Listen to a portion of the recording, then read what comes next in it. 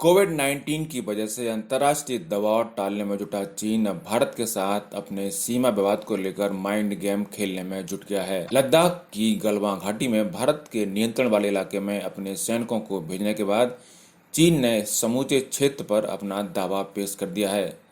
इस तरह का दावा सीधे चीन की सरकार के किसी प्रतिनिधि ने नहीं, बल्कि वहां की सत्ताधारी कम्युनिस्ट पार्टी के मुख्य समाचार पत्र ग्लोबल टाइम्स के जरिए पेश किया गया है। ग्लोबल टाइम्स में प्रकाशित आलेख को वहां की सत्ताधारी पार्टी व सरकार के विचार के तौर पर ही दुनिया में लिया जाता है। अक्सर चीन अपनी कूटनीतिक विचारधारा को दुनिया के सामने रखने के लिए इस मीडिया का इस्तेमाल करता है। उधर अमेरिका और भारत समेत कई देशों से तनाव के बीच चीन के राष्ट्रपति शी जिनपिंग ने अपनी सेना को युद्ध की तैयारी करने के निर्देश दिए हैं। वहीं प्रधानमंत्री नरेंद्र मोदी ने भी तीनों सेना प्रमुखों के साथ सीमा पर बढ़ते तनाव को लेकर बैठक की है। इस बैठक में राष्ट्रीय सुरक्षा सलाहकार अजीत डोभाल, सीडीएस जनरल बिपिन रावत और तीनों सेना के प्रमुख मौजूद रहे।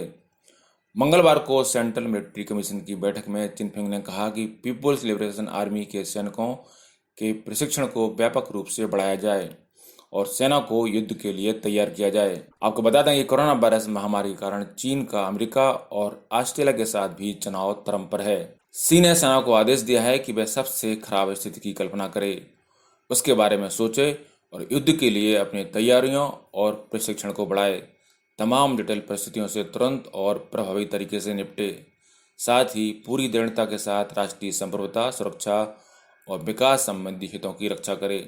चीन के राष्ट्रपति ने अपने भाषण में अमेरिका के साथ बढ़ते तनाव का भी जिक्र किया। इसके अलावा उन्होंने ताइवान के नेताओं के साथ बातचीत और डिप्लोमेसी बढ़ाने को भी जोर दिया। उन्होंने कहा कि जरूरत पड़ने पर ताइवान के खिलाफ बल प्रयोग भी किया जाएगा। हांगकांग को लेकर जिनपिंग ने कहा कि नए कानून से लोकतंत्र समर्थक आंदोलनकारियों पर नकेल कसी जाएगी। नेशनल पीपुल्स कांग्रेस के वार्षिक सत्र के मौके पर पीपुल्स लिबरेशन आर्मी और पीपुल्स आर्म्ड पुलिस के प्रतिनिधिमंडल के साथ बैठक में जिनपिंग ने कहा कि कोरोना के खिलाफ लड़ाई में चीन के प्रदर्शन ने सैन्य सुधारों की आवश्यकता को दिखाया है। देश के सशस्त्र बलों को महामारी के बावजूद प्रशिक्षण के नए तरीकों का पता लगना चाहिए। भारत से लगती सीमा पर सैन्य झड़पों के बाद चीन ने न केवल अपने सैनिकों की बड़ी संख्या में सीमा के पास तैनाती की है, बल्कि ऊंचाई वाले इलाकों में उड़ान भरने के लिए अनुकूल लड़ाकू विमान J-11 और J-16S को भी ऑपरेट करना शुरू कर दिया है। इन तस्वीरों को ओपन सोर्स इंटेलिजेंस एनालिस्ट डेट्रेस्फा ने जारी किया है। चीन का सियांग J-11 रूस की सुखोई Su-27 का चीनी वर्जन है। फाइटर प्लेन एयर सुपीरियर होने के साथ साथ दूर तक हमला करने में सक्षम है। इसमें 2 इंजन लगे होते हैं, जिससे जेट को ज़्यादा पावर मिलती है। चीन में ही निर्मित इस विमान को केवल चीनी एयरफोर्स ही ऑपरेट करती है।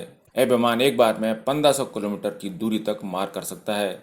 उधर भारत भी चीन की PLA के सैनिकों की गतिविधि और किलेबंदी पर 4-5 विवादित साइट्स पर पैनी नजर रख रहा है। ये उत्तरी पेंगोंग त्सो झील, देमचौक, गलवान वैली के इलाके में है। यहाँ सैटेलाइट तस्वीरों, एयरक्राफ्ट और ड्रोन से नजर रखी जा रही है। बताया जा रहा है कि हालात गंभीर हैं, लेकिन चिंताजनक नहीं है। भारतीय सेना का रुख साफ है कि वह PLA के सैनिकों को एक तरफा कार्रवाई की इजाज़त नहीं देगा। इंडियन आर्मी फॉरवर्ड पोजीशन से इंच भर भी पीछे नहीं हटेगी। इसके साथ ही प्रोटोकॉल का भी ध्यान रखा जाएगा कि गैर जरूरी तरीके से PLA के सैनिकों को उकसाया ना जाए। भारत ने लेह स्थित 3 इन्फेंट्री डिवीजन को ऑपरेशन अलर्ट एरिया में भेज दिया है। वहीं दूसरे इलाके के यूनिट्स को उनसे रिप्लेस किया जाएगा। चीन ने भी पूर्वी लद्दाख में 1200 से 1500 सैनिकों को अलग अलग इलाकों में आमने सामने तैनात किया है। PLA ने भी ताकत का प्रदर्शन करने के लिए कम से कम 5000 सैनिकों को बॉर्डर की तरफ मूव किया है। झील के किनारे चीन ने भारी सैन्य तैनाती की है। सैटेलाइट तस्वीरों से पता चलता है कि चीन बड़ी तादाद में भारी सैन्य वाहनों को पेंगोंग त्सो झील के पास जमा कर रहा है और तेजी से बंकरों का निर्माण कर रहा है। भारत ने भी जवाब में एक्स्ट्रा फोर्स की तैनाती की है, लेकिन चीन के इरादे खतरनाक लग रहे हैं। पेंगोंग त्सो रणनीतिक तौर पर बहुत महत्वपूर्ण है और चीन पूरी झील पर कब्जा करने का नापाक इरादा पालता दिख रहा है। ब्यूरो रिपोर्ट, पत्रिका टीवी।